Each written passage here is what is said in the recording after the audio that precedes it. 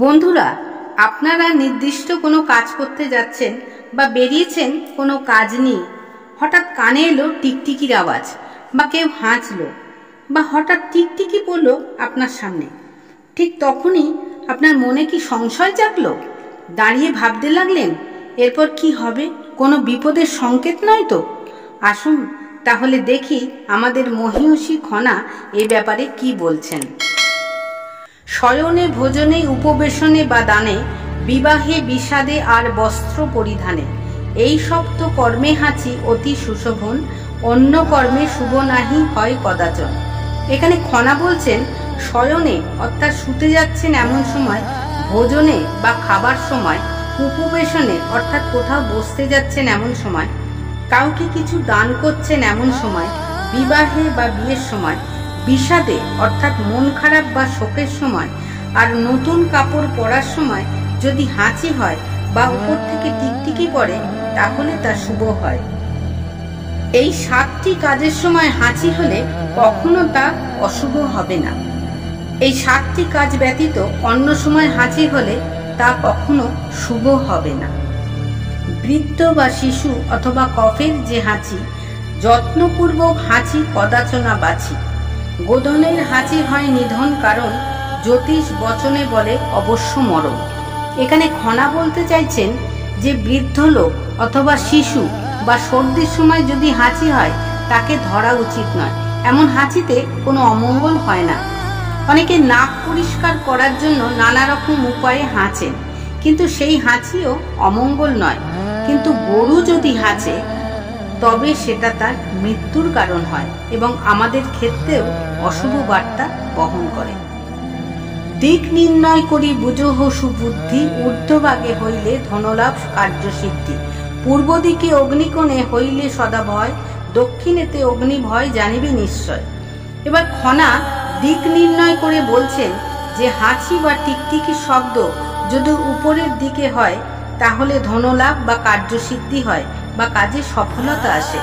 এই হাঁচি বা টিকটিকি শব্দ যদি পূর্ব দিক থেকে এবং অগ্নিকোণ অর্থাৎ দক্ষিণ পূর্ব দিক থেকে আসে তাহলে ভয়ের কারণ হয়, আর যদি দক্ষিণ দিক থেকে আসে তাহলে আগুন লাগার ভয় থাকে।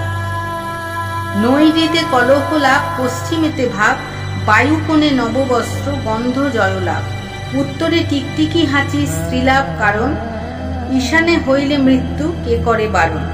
এখানে খনা আরো বলছেন যে হাঁচি বা টিকটিকি শব্দ যদি নৈঋত কোণ অর্থাৎ দক্ষিণ পশ্চিম কোণ থেকে আসে তাহলে বিবাদ বা ঝগড়া হয়, যদি পশ্চিম দিক থেকে আসে তাহলে মিত্রভাব অর্থাৎ বন্ধুভাব দেখা যায়। একই শব্দ যদি বায়ুকোণ অর্থাৎ উত্তর পশ্চিম কোণ থেকে আসে তাহলে নতুন বস্ত্র পাওয়া যায় ও জয়লাভ বা কার্যে সফলতা লাভ করা যায়। উত্তর দিক থেকে হাঁচি বা টিকটিকি শব্দ যদি আসে তাহলে স্ত্রী লাভ হয়, কিন্তু ঈশান কোণ অর্থাৎ উত্তর পূর্ব কোণ থেকে শোনা গেলে কারোর মৃত্যু হয়ে থাকে, তখন সদা সতর্ক থাকা উচিত। এবার দেখি টিকটিকি পতনে বা হঠাৎ ওপর থেকে টিকটিকি পড়লে কি হয়। মস্তকে পড়িলে জ্যেষ্ঠী বাক্য লাভ হয়, অর্থাৎ খনা এখানে বলছেন জ্যেষ্ঠী অর্থাৎ টিকটিকি মাথায় পড়লে মধুর বাক্য শোনা যায়। জানুতে পড়িলে মাত্র ঐশ্বর্যে বাড়ায়, অর্থাৎ জানু বা হাঁটুর উপর টিকটিকি পড়লে ঐশ্বর্য লাভ হয়। কোলেতে পড়িলে লাভ হইবে ভূষণ, চক্ষুতে পড়িলে হয় বন্ধু দর্শন। কোলেতে টিকটিকি পড়লে ভূষণ অর্থাৎ অলংকার লাভ হয়, আর চোখে পড়লে বন্ধুর আগমন হয়। বাহুতে পড়িলে জ্যেষ্ঠী হয় সুখ বৃদ্ধি, পৃষ্ঠেতে পড়িলে হয় ভূমি লাভ সিদ্ধি। অর্থাৎ বাহুতে টিকটিকি পড়লে সুখ বৃদ্ধি হয়, আর পিঠের উপর পড়লে ভূমি বা সম্পত্তি লাভ হয়। দক্ষিণ অঙ্গে বিরোধ সুহিত শনে, ধনুলাভ হয় বাম অঙ্গেতে পতনে। শরীরের ডান দিকে টিকটিকি পড়লে ভাইয়ের সঙ্গে বিরোধ হয়, আর বাম দিকে পড়লে ধনলাভ হয়।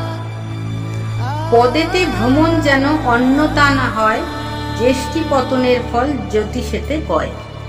এখানে খনা বলছেন টিকটিকি পায়ের উপর পড়লে ভ্রমণ বা বেড়ানো হবেই, এর অন্যতা হবে না। এটাই হলো জ্যোতিষ মতে টিকটিকি পতনের ফল। তাহলে আজ এই পর্যন্ত বন্ধুরা, পরবর্তী ভিডিও নিয়ে আবার আসবো আপনাদের সামনে।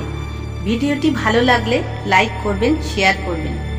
সকলে ভালো থাকুন, সুস্থ থাকুন।